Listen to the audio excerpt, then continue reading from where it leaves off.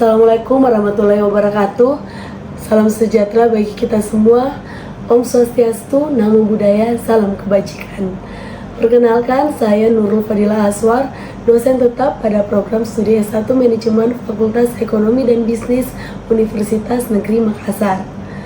Video ini merupakan bagian dari pernyataan diri dalam unjuk kerja Tridharma Perguruan Tinggi atau PDD UKT-PT untuk sertifikasi dosen tahun 2025, khususnya dalam aspek pengajaran. Pada kesempatan ini, saya akan menjelaskan secara singkat mengenai mata kuliah manajemen strategi yang saya ampuh. Mata kuliah ini dirancang untuk membekali mahasiswa dengan pemahaman mendalam mengenai jenis-jenis strategi tingkat bisnis serta keterampilan praktis dalam menganalisis, menerapkan, dan mengevaluasi strategi bisnis yang efektif. Mata kuliah ini bertujuan agar mahasiswa dapat memahami dan menerapkan konsep-konsep manajemen strategi dalam konteks dunia bisnis yang dinamis. Mata kuliah ini memiliki 3 SKS dan menggunakan pendekatan Project Based Learning yang menekankan pembelajaran berbasis proyek nyata dan diskusi kelompok. Mahasiswa tidak hanya mempelajari teori, tetapi juga dilibatkan dalam analisis dan penerapan strategi bisnis melalui studi kasus nyata. Adapun capaian pembelajaran mata kuliah pada mata kuliah ini, yang pertama yaitu mampu menganalisis secara komprehensif konsep dasar manajemen strategis, tujuan dan juga manfaat manajemen strategis, serta komponen utama dalam proses manajemen strategis. Yang kedua yaitu mampu menggunakan alat analisis PESTEL dan 5 Force Porter untuk mengidentifikasi peluang dan juga ancaman eksternal yang relevan dalam pengambilan keputusan strategis. Yang ketiga yaitu mampu menganalisis konsep dan juga dinamika keunggulan kompetitif serta merumuskan strategi yang dapat mempertahankan dan juga memperkuat keunggulan tersebut di pasar global yang kompetitif.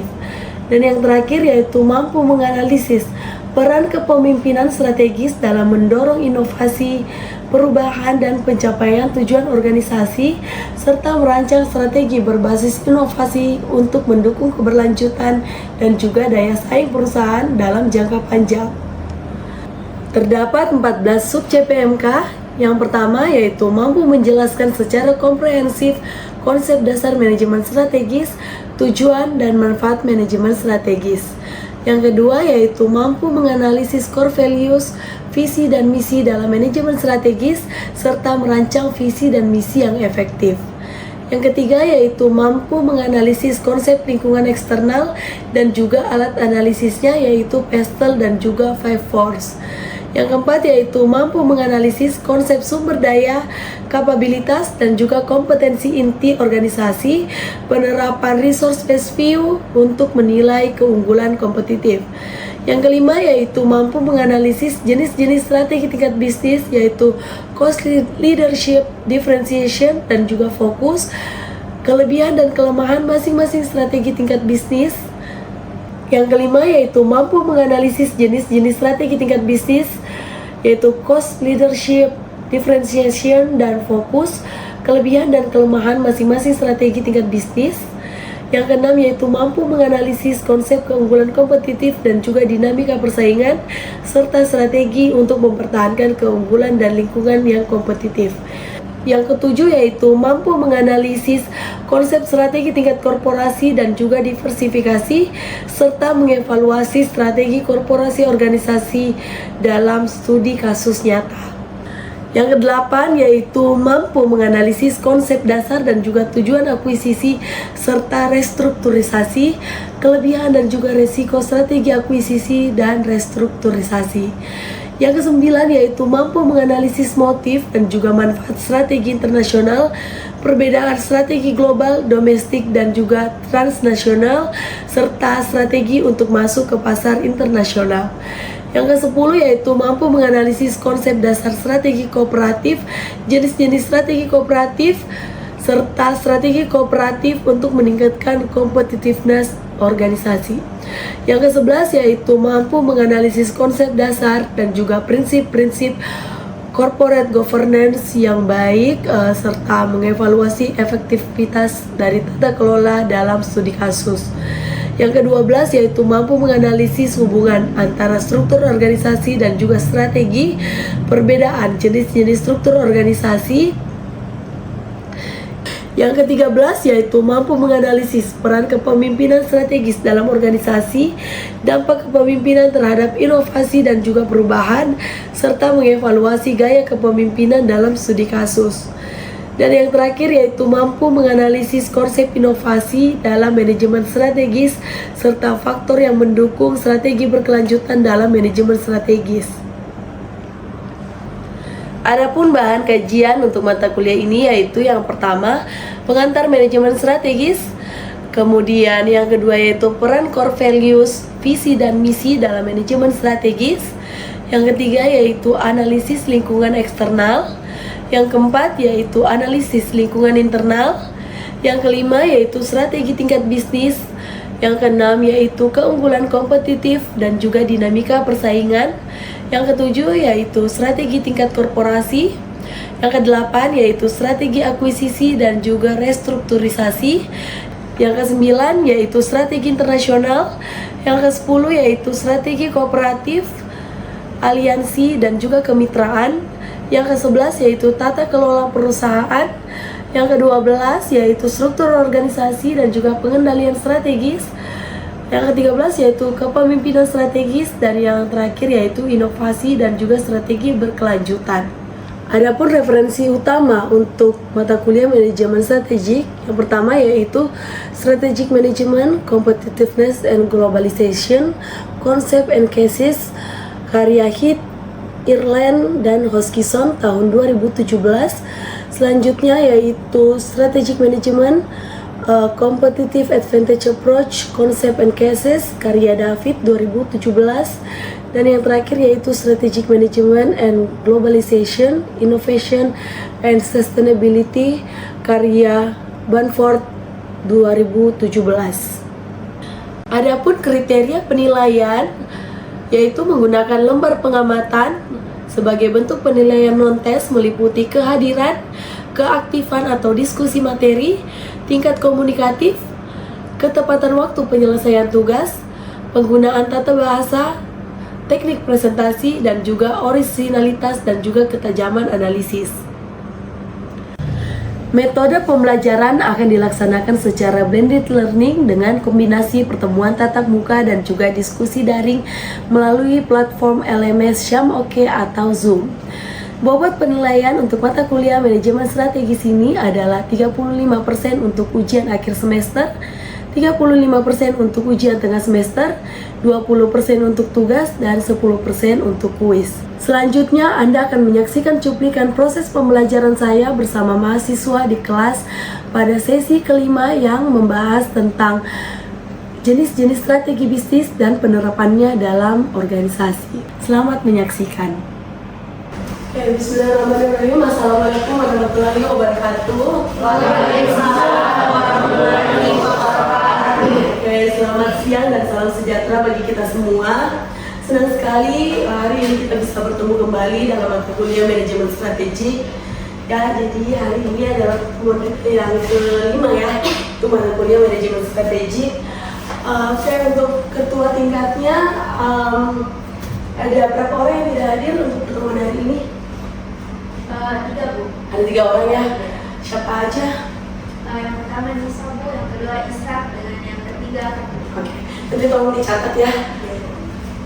Oke, jadi hari ini kita akan masuk pada topik yang cukup penting ya dalam manajemen strategik, yaitu business level strategy atau strategi tingkat bisnis. Nah, namun sebelum kita masuk pada materi kita pada pekan ini, Ibu mau review dulu nih. Kalian masih ingat nggak pelajaran kita pada pekan lalu? Pekan lalu tuh kita sempat membahas teori resource based view. Kalian masih ingat nggak teori resource based view itu membahas soal apa sih? Oke, silakan Ayu. Terima kasih kesempatan yang telah diberikan kepada saya. Menurut saya itu teori RBV yaitu keunggulan kompetitif suatu perusahaan yang berasal dari sumber daya yang unik dan sulit ditiru. Terima kasih. Oke, bagus sekali. Ayo beri aplaus dulu dong Pak. Ini Ayu masih ingat ya pelajaran kita pekan lalu. Betul sekali bahwa teori RBV ini membahas terkait dengan kapabilitas unik dan juga sulit ditiru ya oleh pesaing. Jadi perusahaan itu ketika memiliki nilai yang unik dan sulit ditiru, mereka akan mampu untuk mempertahankan competitive advantage-nya ya. Nah, jadi ternyata kalian juga sudah masih ingat ya pelajaran kita pada pekan lalu. Oke, sekarang kita akan masuk pada materi kita pekan ini, yaitu business level strategy atau strategi bisnis ya. Oke. Nah, jadi kira-kira ada yang tahu nggak kenapa sih strategi ini penting? Tadi udah perempuan ya, sekarang laki-laki, coba Fahri. Izin menjawab dari pertanyaan Ibu, menurut saya pentingnya strategi karena dapat membantu perusahaan untuk tetap unggul dalam persaingan. Terima kasih. Membantu perusahaan agar tetap unggul. Betul sekali ya jawabannya. Nah, jadi strategi ini dapat membantu perusahaan untuk tetap unggul. Kenapa? Karena persaingan bisnis itu sekarang sudah semakin ketat ya. Jadi kita membutuhkan strategi untuk bisa bersaing di pasar gitu ya. Jadi tanpa adanya strategi yang jelas, perusahaan itu akan sulit gitu untuk mencapai goalsnya dan sulit untuk memenuhi kebutuhan dan juga keinginan konsumen ya. Nah, jadi kalau kita membahas strategi tingkat bisnis ya, kita tuh harus menjawab 3 pertanyaan penting nih sebenarnya kalau kita mau merumuskan strategi bisnis ini. Yang pertama, siapa yang akan menjadi pelanggan kita? Nah, kira-kira kenapa sih kita harus tahu nih siapa yang akan menjadi pelanggan kita? Ya, silakan Zinta. Baik, terima kasih atas kesempatan yang telah diberikan kepada saya. Jadi untuk membantu perusahaan menyesuaikan produknya dengan kebutuhan konsumen. Bagus sekali jawabannya sih. Nah, tepat sekali ya. Kenapa kita harus tahu nih siapa pelanggan kita? Karena kita mau menyesuaikan produk kita dengan kebutuhan mereka. Jadi percuma aja kita punya produk tapi ternyata nggak sesuai nih dengan kebutuhan dan keinginan konsumen ya. Jadi kita perlu tahu, dan kita kalau kita nggak tahu ya, atau kita nggak punya segmen pasar tertentu, kita akan kesulitan karena kita akan berusaha untuk mengakomodir seluruh kebutuhan, sedangkan kita nggak mungkin bisa seperti itu ya. Jadi kita harus punya segmen pasar tertentu ya. Jadi kita mau menyasar segmen yang mana nih ya. Kemudian yang kedua, setelah kita tahu nih apa tadi siapa pelanggan kita, kemudian kita harus tahu apa yang mereka inginkan, apa yang mereka butuhkan ya. Nah, jadi tadi kita udah tahu siapa pelanggan kita. Nah, jadi kalau kita udah tahu, kita pasti juga paham ya apa sih yang mereka butuhkan ya. Dan yang terakhir adalah bagaimana cara kita untuk memenuhi kebutuhan dan keinginan mereka. Nah, kira-kira kalau pertanyaan ketiga ada yang paham nggak? Kira-kira bagaimana nih caranya kita untuk memenuhi kebutuhan mereka? Ada yang tahu? Oke, gak ada yang tahu ya. Baik, kalau yang pertanyaan ketiga ini bagaimana kita memenuhi kebutuhan mereka, ini kita berbicara mengenai kompetensi inti ya. Jadi ini juga sebenarnya terjawab oleh jawaban dari Ayu tadi ya, bahwa perusahaan ketika mau memiliki competitive advantage, mereka harus memiliki sumber daya yang unik dan sulit untuk ditiru. Nah, jadi kita berbicara mengenai kompetensi inti, berbicara mengenai sumber daya yang dimiliki oleh perusahaan dan juga kapabilitas unik dan sulit ditiru, sehingga produk yang mereka berikan itu berbeda dari pesaingnya, seperti itu ya. Sampai sini ada yang ditanyakan? Kalau sudah jelas? Jelas ya. Baik, kalau begitu kita lanjut pada materi berikutnya. Ada strategi generik ya. Jadi sebenarnya ada beberapa strategi, ada strategi atau level bisnis strategi yang bisa kita gunakan. Tetapi yang paling populer ini adalah strategi generik yang dipopulerkan oleh Michael Porter ya. Di mana Michael Porter menyatakan bahwa ada 3 strategi utama pada strategi generik, yaitu cost leadership strategi, strategi diferensiasi, dan strategi fokus. Ya, nah, ada yang pernah dengar atau tahu apa sih cost leadership strategi itu? Oke, ada lagi yang lain, satu orang aja yang tahu? Oke, silakan Ayu. Cost leadership merupakan strategi yang digunakan oleh perusahaan dengan menekankan biaya yang rendah. Oke, bagus sekali. Oke, saya pause dulu dong. Nah, jadi cost leadership strategi ini adalah strategi yang berfokus pada bagaimana perusahaan itu menekan biaya ya. Jadi perusahaan akan berupaya bagaimana mereka bisa menjadi industri dengan biaya yang paling rendah. Jadi mereka mau memimpin industri itu, tetapi dengan cara mereka menghadirkan produk dengan biaya yang paling murah ya. Nah, strategi cost leadership ini memiliki kelemahan dan juga kelebihannya. Nah, kelebihannya ini yang pertama, harganya yang kompetitif. Nah, harganya kompetitif. Kenapa nih? Ada yang tahu nggak? Ya silakan. Yaitu Bu, karena adanya penurunan biaya yang berpengaruh pada kualitas produk. Oke, nah jadi betul sekali ya. Nah jadi harganya kompetitif karena perusahaan tuh menekan biaya produksinya ya.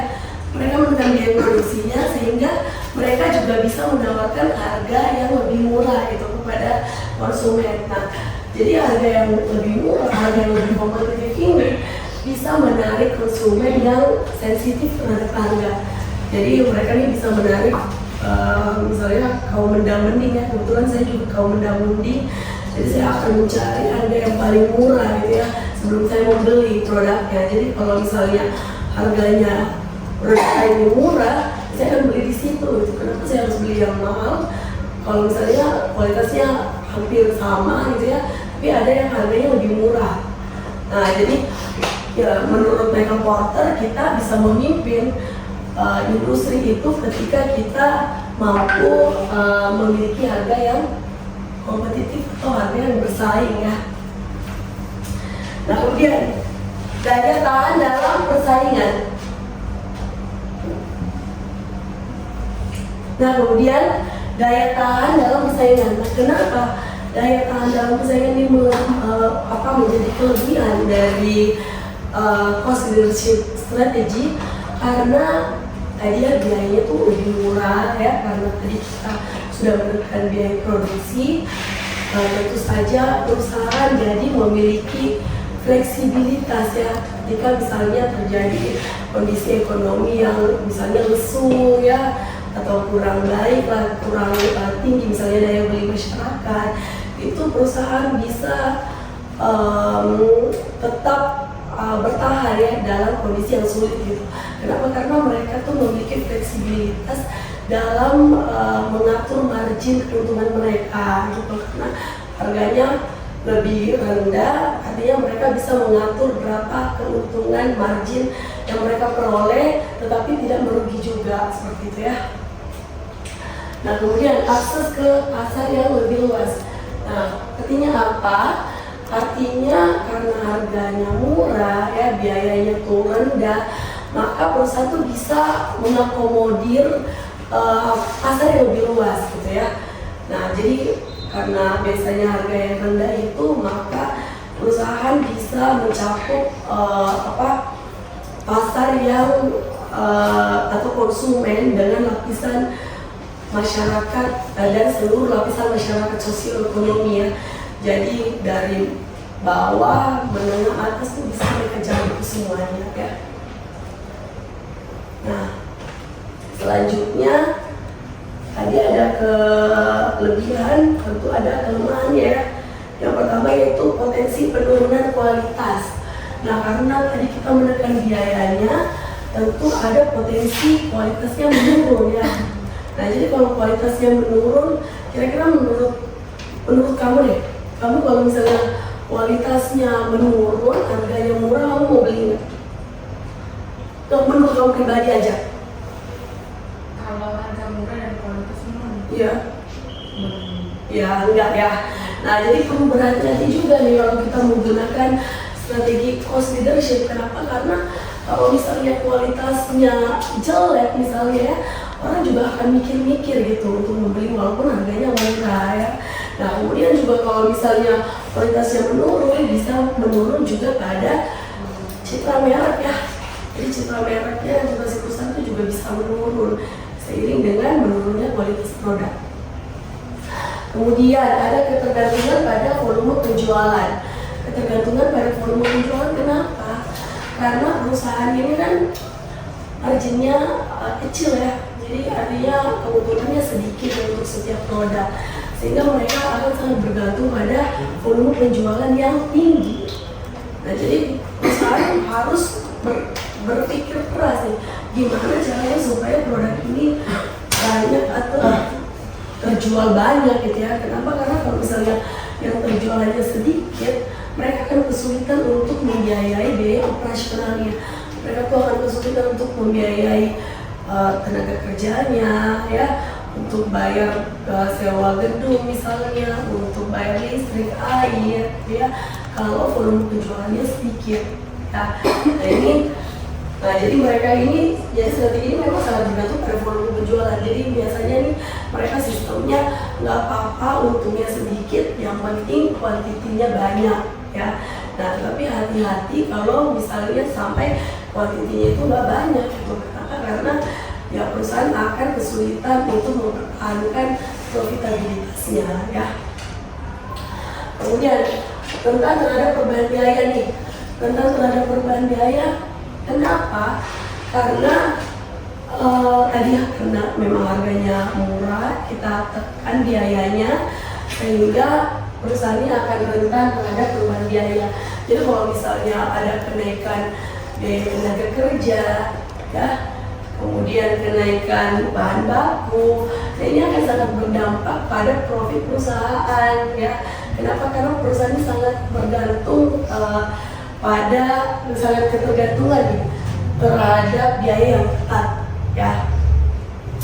Oke, sampai sini pada paham semua ya. Nah, kemudian kita masuk ke strategi yang kedua nih, strategi diferensiasi. Strategi diferensiasi ini pernah dengar nggak sih? Ini kalau di bahasa Inggris, ini bahasa Inggris ya. Kalau di bahasa Indonesia kan ini apa nih artinya? Yang tahu? Ya, silakan. Strategi diferensiasi yaitu strategi yang digunakan oleh perusahaan dengan menekankan nilai yang unik atau berbeda pada produknya. Oke, terima kasih Vira, bagus sekali jawabannya. Nah, jadi menurut Vira nih, strategi diferensiasi adalah strategi yang berfokus pada apa? Produk yang unik ya dan sulit ditiru, yang menjadi pembeda ya dibandingkan dengan produk kompetitor.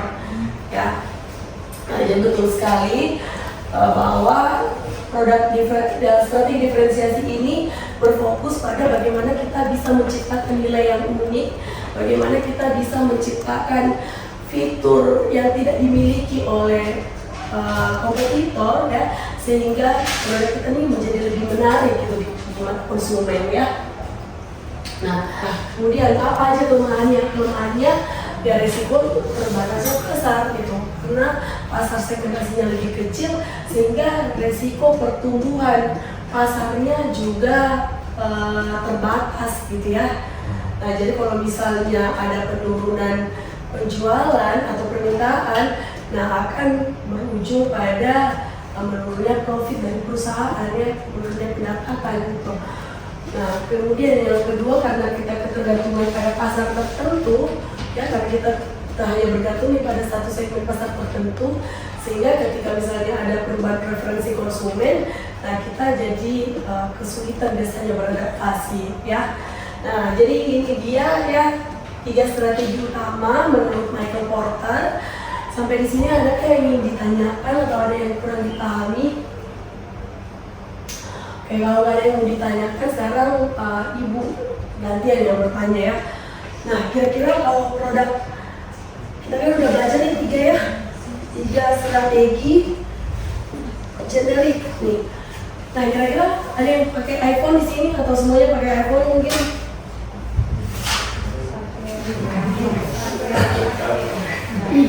Nah, ada yang ya. Nah, kira-kira produk Apple deh itu masuk di cost leadership, strategi diferensiasi atau strategi fokus? Diferensiasi. Dan dalam fokus ada yang bilang diferensiasi. Jawabannya kenapa nih? Kenapa diferensiasi? Karena produknya kecil dan unik. Kecil pasarnya dan unik. Oke, betul sekali ya. Nah, jadi iPhone itu bukan masuk di strategi fokus ya, tapi dia masuk ke strategi diferensiasi ya. Kenapa? Karena mereka tuh menawarkan fitur yang unik yang nggak dimiliki oleh pesaingnya.